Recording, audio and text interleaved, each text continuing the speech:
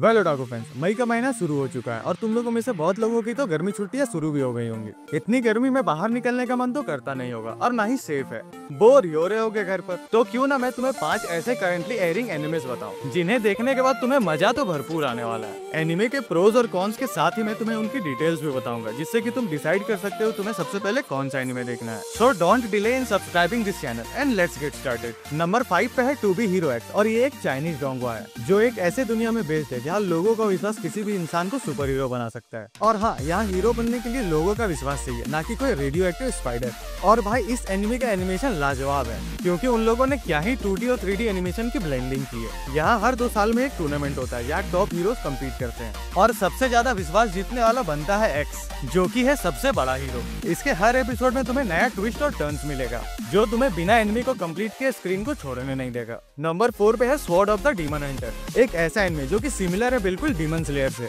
जहाँ demon slayer anime में टांजीरो अपनी बहन को प्रोटेक्ट करने के लिए और उसके कर्स को तोड़ने हर जगह ढूंढने जाता है, पर इस एनिमे में सब उल्टा है। जहाँ हमारे मेन प्रोटैगनिस्ट जिंता की लव को उसी की बहन मार देती है, जो कि एक डीमन होती है, जिसके बाद हमारा हीरो अपने प्यार के मौत का बदला लेने सारे डीमंस को मारने की राह पर निकल पड़ता है। और इसके फर्स्ट एपिसोड में तुम्हें ऐसा ट्विस्ट देखने को मिलेगा जिसे देखकर तुम्हारी आंखें फटी की फटी रह जाएंगी। वैसे मैं तुम्हें यहाँ पूरी कहानी तो नहीं बता सकता, लेकिन इतना जान लो, इसकी एनिमेशन और फाइटिंग स्टाइल एकदम लाजवाब है, जो कि तुम्हें पूरी एनिमे देखने पर मजबूर कर देंगी। तो इसे अपने वॉच लिस्ट में डालना भूल मत जाना। नंबर 3 पे है लेज़ारस। लेज़ारस की कहानी एक ऐसे फ्यूचरिस्टिक वर्ल्ड में बेस्ड है जहाँ एक मिरेकल ड्रग हापना ने पूरी दुनिया को पेन फ्री बना दिया है। लेकिन इस एनिमे में ट्विस्ट तब आता है जब इस ड्रग के क्रिएटर डॉक्टर स्किनर 3 साल बाद एक वीडियो अनाउंसमेंट करते हैं और बताते हैं कि हापना एक्चुअली एक डेडली ट्रैप था। जिन्होंने भी इस ड्रग को लिया है वो 30 दिनों में मारे जाएंगे, और इससे बचने का एक ही उपाय है, कैसे भी करके वो लोग 30 दिनों में डॉक्टर स्किन को ढूंढे और उसका एंटीडोट ले लें। तो इसी क्राइसिस को हैंडल करने के लिए एक टीम बनाई जाती है जिसका नाम लेज़ारस रखा जाता है। तो अब क्या हमारे हीरोज उस डॉक्टर को ढूंढकर एंटीडोट ला पाएंगे या नहीं?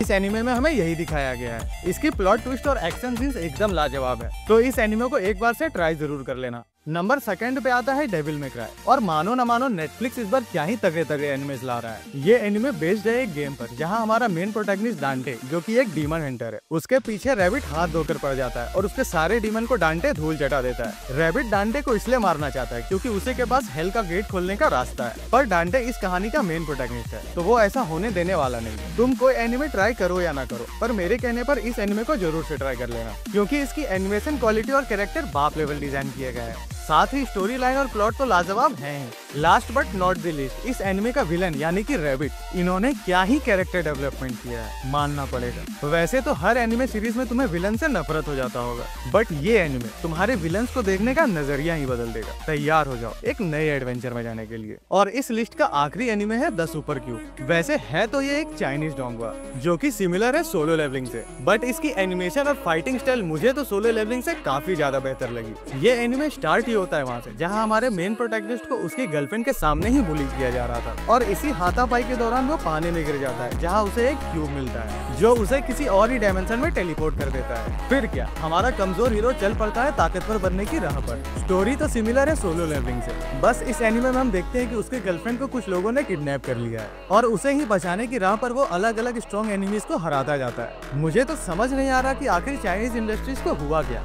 ये लोग करना क्या चाह रहे हैं भाई। इसकी एनिमेशन क्वालिटी की बात ही कुछ और है, और इसकी फाइट सीन्स तुम्हारी एक्सपेक्टेशन से भी काफी ऊपर। इसके फर्स्ट एपिसोड में ही तुम्हें एनिमेशन क्वालिटी की झलक मिल जाएगी, और एक्शन सीन्स के बारे में तो पूछो ही मत, एकदम टॉप नॉच, क्योंकि इस लेवल का एक्शन शायद ही तुमने किसी एनिमे में देखा होगा। इस एनिमे में हमें एक मिस्टीरियस कैरेक्टर को भी दिखाया जाता है, जो कि स्टार्टिंग से ही तुम्हें हुक कर लेगी कि आखिर ये बंदा है कौन। इस एनिमे की प्लॉट ट्विस्ट को तो देखकर ऐसा लग रहा है कि आने वाले समय में ये टॉप स्पॉट पर जल्दी ही ट्रेंड करने लग जाएगी। चलो साथ ही मैं तुम्हें एक सजेशन भी दे दूं, अगर तुम इस एनिमे को देखने का फैसला करते हो तो ओरिजिनल डब में ही देखना। अगर तुम लोग यहाँ तक रुक ही गए हो तो तुम्हारे लिए 2 बोनस एनिमे, जिसमें पहला है from old country bumpkin to master swordsman, और दूसरा है the brilliant healer's new life in the shadows. तो बस आज के लिए इतना ही, मिलता हूँ तुम सभी से अगले वीडियो में, तब तक के लिए राधे राधे।